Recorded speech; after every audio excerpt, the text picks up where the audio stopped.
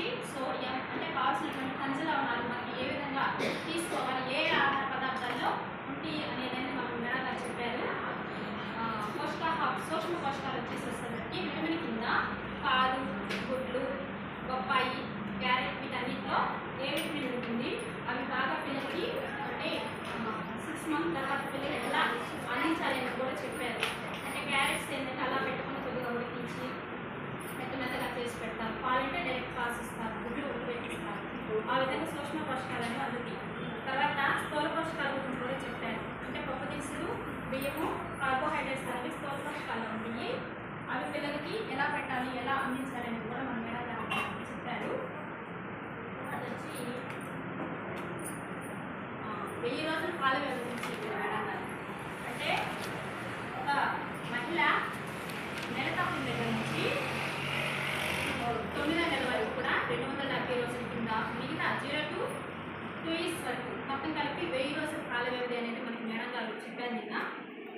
తర్వాత తల్లిపాలు గురించి చెప్పారు. ఇంకొకటి ఏంటంటే ఏ తల్లైనా సరే గర్భవతి అయిన తర్వాత, డెలివరీ అయిన తర్వాత 1 గంటలోపు ఖచ్చితంగా ముర్రిపాలు అనేవి ఖచ్చితంగా పట్టించాలని చెప్పారు. ముర్రిపాలు ఎందుకు పట్టించాలంటే తల్లి డెలివరీ అయిన తర్వాత ముర్రిపాలలోనే 100% అనేవి బలంగా ఉంటాయి. ఏ పోషకాలు సమృద్ధిగా ఖచ్చితంగా ముర్రిపాలు. కాబట్టి ఏ డెలివరీ అయిన తర్వాత ఏ తల్లి కూడా ముర్రిపాలకి అంగీకరించుకోవద్దు. అంటే రావాలి, కొంతమందికి రావని చెప్పి అంటారు. కానీ నేను చెప్పాను మేడం గారు, ప్రెగ్నెంట్ అంటే తన స్థానాలను శుభ్రం చేసుకుంటా ఉంటే డెలివరీ అయిన వెంటనే పాలు వస్తాయి. కొంతమందికి రావని గట్టిగా ఒత్తుతుంటారు, అది వాళ్ళు శుభ్రం చేయకపోవడం వల్ల. కానీ ముందు నుంచి కూడా 1 month ముందు నుంచి కూడా డెలివరీ అయ్యే ముందు నుంచి కూడా అవి క్లీన్ చేసుకుంటే పాలు అనేవి వస్తాయి. అవి బిడ్డకి ఎంత విలువైనవి. తర్వాత ఏం చెప్పారండి, వ్యాయామశాల గురించి చెప్పారండి. నార్మల్ పీక్ గురించి కూడా చెప్పారంటే ఎత్తుకు తగ్గ బరువు తగ్గ ఎత్తు ఉన్న బిడ్డ నార్మల్ స్టేజ్లో ఉంటారు. అంటే ఏ వయసు బిడ్డలైనా సరే. తర్వాత ఒక బిడ్డ ఎత్తుకు తగ్గ బరువు కనుక లేకపోతే అండర్ వెయిట్లో ఉంటారని, అంటే శ్యాములో ఇద్దరు వస్తారని చెప్పారు. తర్వాత వచ్చేసరికి వయసు తగ్గ ఎత్తు అంటే బరువు ఉంటారు కానీ ఎత్తుంటుంది, దాని గురించి కూడా మనకి చెప్పడం జరిగింది. తర్వాత వచ్చేసరికి మన స్కూల్లోకి వచ్చేసరికి మనకి 4 రకాలైనటువంటి ఐటమ్స్ ఇస్తారు. ఫస్ట్ వచ్చి పిల్లల్ని 0 to 6 years వాళ్ళని హైట్ చూస్తానికి వచ్చేసరికి ఇన్ఫెంటర్మెంట్ అనేది ఇస్తారు. ఒకవేళ అంటే 4-5 పిల్లలు ఉంటారు కదా, వాళ్ళ హైట్ చూస్తానికి ఇన్ఫెంటర్మెంట్ ఉపయోగించుకుంటే వాళ్ళు స్టేడియోమెట్లో చేయించుకుంటే పెద్దవాళ్ళకి ఇస్తారు కదా, దాంట్లో చేయించు. తర్వాత వచ్చేసరికి బరువు చూడటం, చిన్నపిల్లలు వచ్చేసరికి సాటర్ స్కేల్లో చూస్తాం. అంటే మనకి ఎదురుగా ఉండి ఆ ముద్ద అనేది మనకి స్ట్రైట్గా ఉండి చూడాలని చెప్పారు మేడం గారు. అంటే ఆ 0 degrees మీద ఎడబడుతుంది, మన చూపు అనేది మనకి స్ట్రైట్గా ఉంటేనే ఆ ముద్ద అనేది కలపడానికి కనిపిస్తుంది.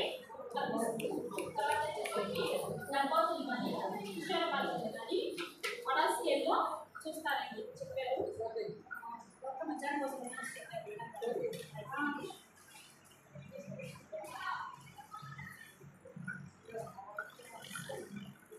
తర్వాత నుంచి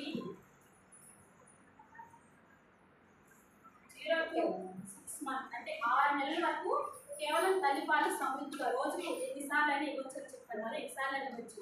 కానీ ఒక బిడ్డ రోజుకు వచ్చి 0 to 6 months పిల్లలు రోజుకు వచ్చి కనీసం 6 సార్లు అనేది మోషన్స్ అనేది ఖచ్చితంగా అవ్వాలి. కానీ ఎక్కువ అవుతున్నారు. 6 సార్లు కనుక అవుతుంది ఆ బిడ్డకి ఆ తల్లిపాలు బాగా సరిపోతుంది అని అర్థము. బిడ్డ కూడా అనేది బాగా ఉంటుందని అర్థం. తర్వాత 6 నెలల బిడ్డకు వచ్చి 230 నుంచి 250 గ్రాముల మిల్క్ అనేది కావాలి. 8 నెలల బిడ్డకు వచ్చి 250 నుంచి 250 గ్రాముల మిల్క్ అనేది కావాలి. 10 నెలల బిడ్డకు వచ్చి 250 నుంచి 350 గ్రాముల మిల్క్ అనేది కావాలి.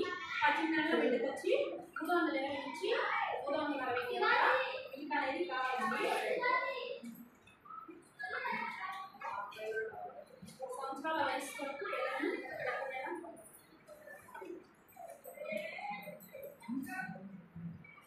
తర్వాత విటమిన్స్ గురించి కామెంట్గా చెప్పారు.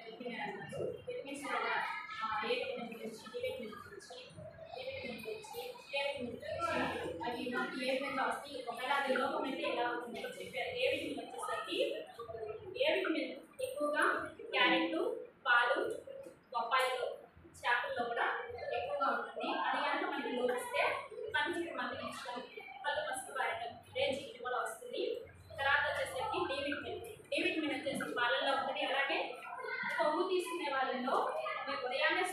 జరుగుతుంది కదా, ఆ సిలిటస్ అనేది కొవ్వుని డి విటమిన్గా మారుస్తుంది.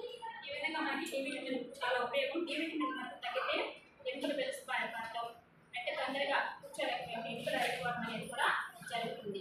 తర్వాత వచ్చేసరికి ఐరన్ గురించి చెప్పారు మేడం గారు. ఐరన్ లోపం వల్ల రక్తహీనత వస్తుంది అని.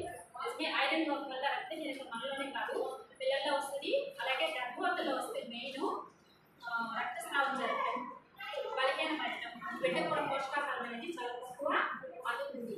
ఐరన్ లోపాన్ని తగ్గించాలంటే పచ్చని ఆకుకూరలు, పాలు, అలాగే వేరుశనగ చిక్కీలు, నువ్వులు, మన తెలంగాణ రాగి, ఇవన్నీ ఉపయోగించుకోవాలని మేడం చెప్పడం జరిగింది. పోషకాహారం